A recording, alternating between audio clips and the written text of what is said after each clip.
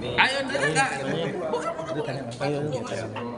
Ya, boleh Pak dijelaskan Pak terkait hilirisasi nikel tuh gimana Pak? ya, jadi hari ini BSN Partai Golkar melaksanakan kegiatan diskusi publik terkait dengan hilirisasi nikel.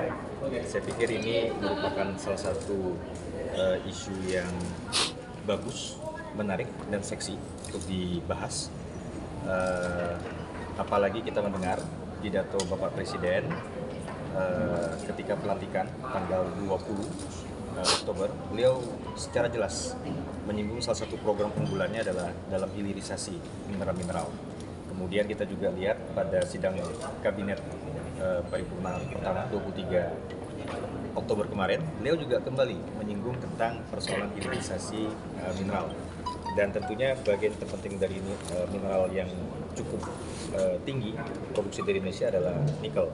Nah, untuk itu kami memberikan apresiasi dan saya lihat BSN ini jeli di dalam melihat, apalagi dikaitkan dengan kemarin tanggal 16 Oktober Ketum Bahlil, sekarang adalah sebagai Menteri SDM, itu juga menyelesaikan disertasi beliau S3-nya, doktoral, yang terkait dengan persoalan tata kelola pernikelan Indonesia. Nah, ini saya pikir satu hal yang cukup menarik ya untuk kita bahas hari ini, dan mudah-mudahan diskusi kita pada hari ini yang diinisiasi oleh BSN mudah-mudahan dapat menghasilkan pemikiran-pemikiran baru atau mungkin masukan-masukan yang konstruktif nantinya yang akan kita sampaikan kepada pemerintahan terkhusus Menteri SDM. Seperti itu. Terkait pertumbuhan dan skala bisnisnya itu seperti gimana Pak kira-kira Pak? Terkait dengan pertumbuhan apa?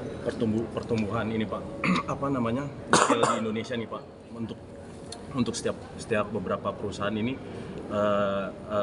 laba dan skala bisnisnya itu kira-kira bisa sampai berapa persen kedepannya Pak?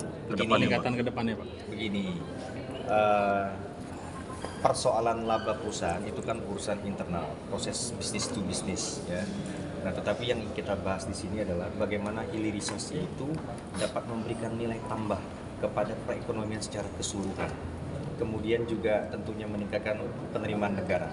Saat ini salah satu isu yang terpenting adalah bagaimana penerimaan negara itu dari sektor mineral ini meningkat.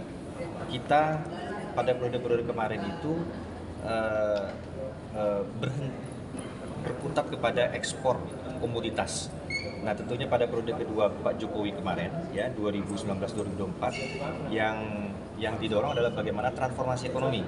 Jadi tidak lagi berbasiskan ekspor komoditas, tetapi sudah pengolahan. Nah, pemerintahan Bapak Prabowo merupakan kesinambungan.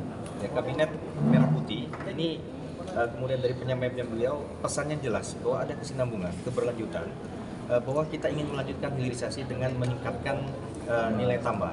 Karena kenapa? Ini salah satu modal kita di dalam bagaimana ingin mendorong terciptanya pertumbuhan ekonomi minimal 8%, sehingga Indonesia bisa keluar dari yang dinamakan dengan middle income trap.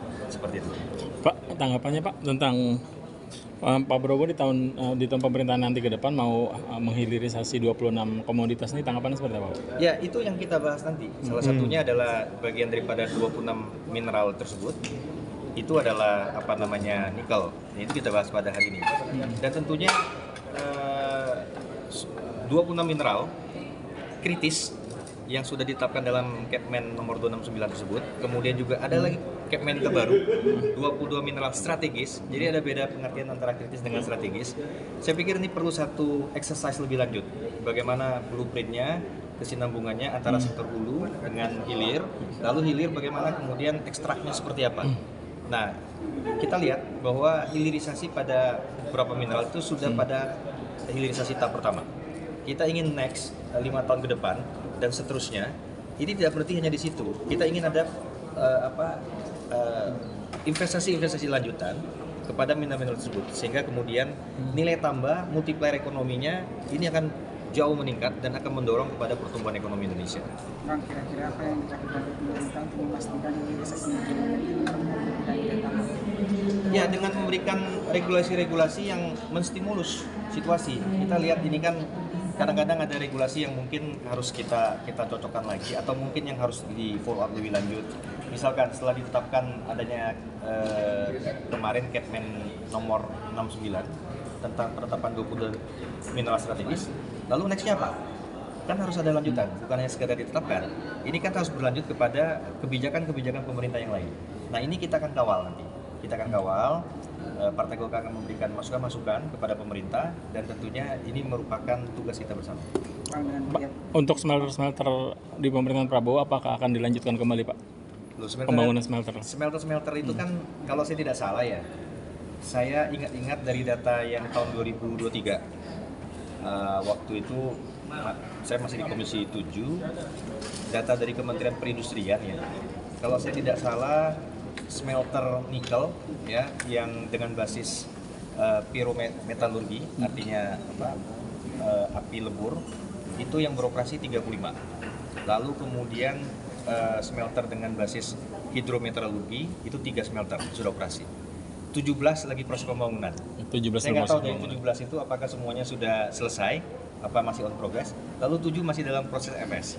Nah, tentunya ini harus kita manage ya. Jadi ketika ditetapkan sebagai mineral strategis dan kritis, kita harus bijaksana di dalam bagaimana kebijakan. Jangan sampai misalkan cadangan mineral seprolite, kalau dengan cadangan kita yang ada itu 10 tahun habis. Nikel limonite kita 25 tahun habis dari jumlah pabrik yang sekarang ada. Nah, ini kita akan exercise dengan pihak-pihak terkait, terutama pemerintah, apakah perindustrian atau SDM di dalam bagaimana perizinan dan sebagainya, sehingga kemudian dalam waktu-waktu sisa ini kita bisa optimal di dalam melakukan hilirisasi dan industri ekstraktif lainnya. Seperti itu. Di pembahasan ada pembahasan evaluasi nggak soal hilirisasi di tahun pemerintahan sebelumnya, Pak? Ada, nanti kita diskusi aja. Jangan semuanya dibuka isi dulu. Habis nanti barang. Dengan melihat tim ekonominya Pak Prabowo ini, terus di dalamnya ada beberapa juga kader Golkar seperti Pak Bahlil, seberapa optimis program hilirisasi ini bisa meningkatkan pertumbuhan ekonomi 8%? Ya, Partai Golkar sejak awal merupakan salah satu pendukung utama dalam kabinet Bapak Prabowo, ya, dan tentunya hadirnya tokoh-tokoh penting dari Partai Golkar di dalam kabinet, tentu ini akan mengakselerasikan ide-ide gagasan hilirisasi, dan tentunya ini kita akan pergunakan untuk kesejahteraan dan kemakmuran masyarakat Indonesia sebesar seperti itu. Oke? Oke. Nanti habis bahan saya.